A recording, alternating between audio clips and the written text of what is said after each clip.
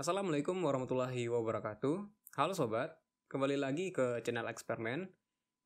Pada video sebelumnya kita udah bisa memecah aset soal menjadi perbagian, mulai dari bagian pertanyaan, opsi soal, hingga kunci jawaban. Nah, pada sequel kedua dari program soal pilih ganda ini, kita akan menampilkan soal-soal yang telah kita bagi tadi ke komponen UI, sekaligus menentukan jawaban yang benar dan yang salah. Oke, let's go! Yang pertama tentunya kita harus punya komponen UI-nya terlebih dahulu. Tinggal klik kanan di hierarki, kemudian pilih UI, lalu kanvas. Setelah itu klik kanan kanvas dan pilih UI, terus image. Ini nantinya buat panel soalnya, kita atur ukuran dan posisinya. Kemudian klik kanan pada image dan kita kasih teks. Tentunya ini buat teks soalnya dan atur juga posisi dan ukuran dari teksnya.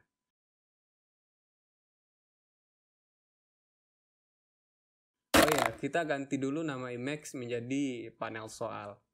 Nah, kemudian klik kanan kanvas lagi, kemudian pilih button, kita atur lebar dan posisinya. Ini nanti jadi opsi jawaban dari soal, kita ubah aja namanya dari button jadi opsi A. Kemudian buka hierarki opsi A. Di sini ada teks, kita atur ragnya. Ini kita ubah jadi A, kita atur warna dan ukurannya. Kemudian duplikat game object text ini dengan klik Ctrl D.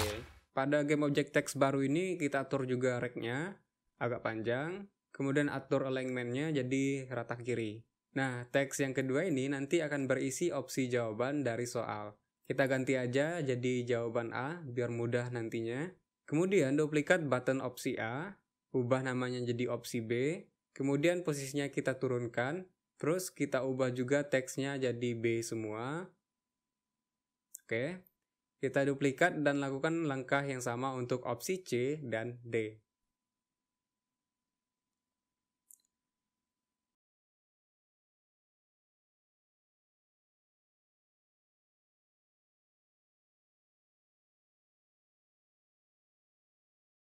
Oke, untuk komponen UI-nya selesai. Kira-kira untuk prototype gini aja lah, nggak apa-apa.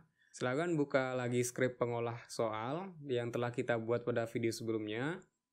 Oke, di sini kita harus deklarasikan komponen UI tadi ke dalam script. Supaya bisa mendeklarasikannya, maka kita butuh library dari komponen UI. Jadi di bagian ini kita tambahkan using unityengine.ui. Nah, ini adalah library dari komponen UI. Kemudian kita deklarasikan juga public text. Yang pertama txt soal, kemudian txt opsi A, opsi B, opsi C, dan D. Kembali ke Unity, kita lihat di inspektornya Kang Atur. Di sini kita lihat deklarasi yang telah kita buat tadi. Jadi untuk kolom txt soal, kita tarik aja game object text dari panel soal. Kemudian kolom txt opsi A, kita tarik dari jawaban A yang ada pada opsi A. Begitu juga dengan opsi B, C, dan D. Sekarang kembali ke script. Nah, ada beberapa variabel yang kita butuhkan sekarang. Di antaranya adalah integer indeks soal. Ini buat nentuin indeks soal yang keberapa. Kemudian max soal untuk jumlah seluruh soal. Lalu boolean ambil soal. Dan satu lagi char kunci J untuk variabel kunci jawaban. Oke, masuk ke fungsi star. Di sini kita tulis max soal adalah panjang atau jumlah dari array soal. Misal soalnya ada 3, ya max soalnya akan bernilai 3. Lanjut kita buat sebuah fungsi baru dengan nama tampilkan soal. Jadi ini buat nampilin soal ke komponen UI.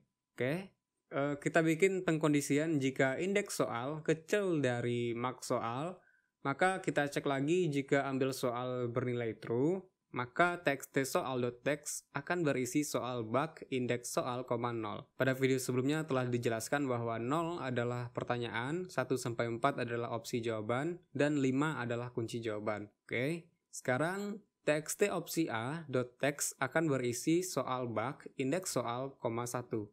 Lalu duplikat aja sampai 3 kali, lalu tinggal ubah jadi B, C, dan D.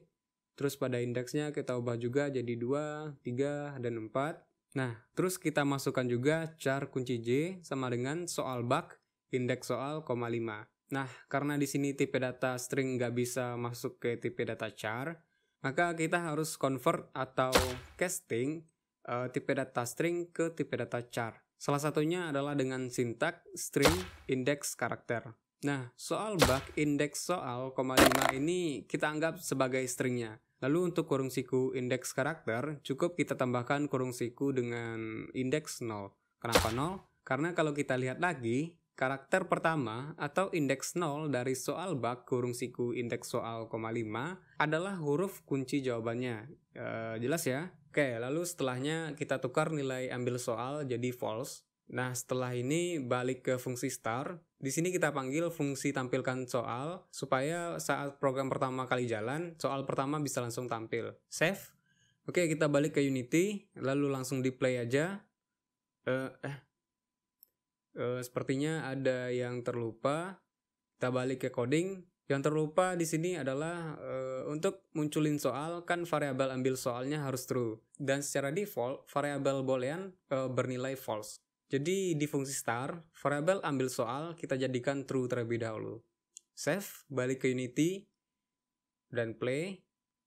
Nah, bisa kita lihat nih soal pertama. Tentunya pertanyaan dan opsi jawaban sesuai dengan yang kita tulis di file aset soal. Nah, kemudian gimana sih caranya agar kalau kita klik salah satu opsinya, nanti bakal ada jawaban salah atau benarnya. Dan kemudian soalnya langsung ganti. Nah, caranya gampang banget. Gampang banget. Ya, kita balik ke coding. Yang kita perlukan cuma tinggal bikin fungsi public void opsi dengan parameternya string dengan nama opsi huruf. Fungsi ini nanti kita kondisikan sebagai fungsi yang dieksekusi ketika tombol opsi pada komponen UI ditekan. Nah, string opsi huruf ini nanti isinya adalah A, B, C, atau D sesuai tombol opsi mana yang diklik. Kemudian untuk tahu salah atau benarnya jawaban, kita bikin satu fungsi lagi. Namanya kita kasih cek jawaban, parameternya char dengan nama huruf. Terus pada fungsi cek jawaban kita bikin pengkondisian. Jika huruf dot equals dengan kunci J atau kunci jawaban, maka kita print aja dulu ya, jadi benar. Else, atau kalau enggak ya berarti salah. Jadi nanti kalau kita panggil cek jawaban dengan parameter A, maka akan dicek apakah A sama dengan kunci jawaban. Kalau kunci jawabannya bukan A, berarti salah. Nah, kalau kunci jawabannya ternyata A, tentunya bernilai benar. Sip. Balik ke fungsi opsi. Di sini langsung kita panggil aja cek jawaban. Lalu untuk isian parameternya langsung kita ambil dari variabel lokal opsi huruf, terus indeksnya 0. Kenapa pakai kurung siku 0? Sama seperti kasus sebelumnya, karena opsi huruf tipe datanya itu adalah string dan harus kita casting terlebih dahulu ke tipe data char. Karena fungsi cek jawaban butuhnya cuma char, supaya bisa dibandingkan dengan variabel kunci J yang juga char. Lalu kenapa nggak langsung aja dibikin char? Karena setelah saya coba, ternyata parameter char tidak bisa dibaca oleh editor atau tidak bisa muncul pada bagian inspektor. Saya juga kurang tahu hal ini. Kalau ada yang tahu ya kasih tahu ya. Oke, lanjut. Setelah kita cek jawaban, kita naikkan value dari indeks soal dengan indeks soal plus supaya soalnya berubah menjadi soal berikutnya. Dan kemudian variabel ambil soal kita jadikan true. Lalu kita panggil lagi tampilkan soal. Untuk codingnya selesai, jangan lupa di save. Balik lagi ke Unity. Nah, supaya fungsi opsi pada codingan kita tadi tereksekusi ketika kita klik tombol opsi A, maka kita tinggal klik game object tombol A. Kemudian pada inspektor, pada bagian button ada namanya komponen onClick. Di sini kita klik tambah. Lalu karena codingan yang kita buat tadi kita letakkan di game object Kang Atur pada video sebelumnya, jadi kita tarik aja game object Kang Atur ke dalam kolom objek ini. Kemudian pada fungsi, kita pilih nama codingan kita, yaitu pengolah soal, lalu pilih opsi dalam kurung string. Nah, ini yang saya maksud tadi, kalau parameter fungsi opsinya adalah char, fungsinya nggak muncul di daftar fungsi ini. Kalau string baru bisa muncul. Nah, setelah itu bakalan ada kolom kosong. Di sini kita ketikkan huruf jawabannya. Kalau pada tombol opsi A, tentunya hurufnya adalah A. Kalau opsi B, hurufnya B, begitu juga dengan opsi C dan D. Oke, kemudian untuk tombol opsi B, C, dan D, lakukan langkah yang sama dengan opsi A ini.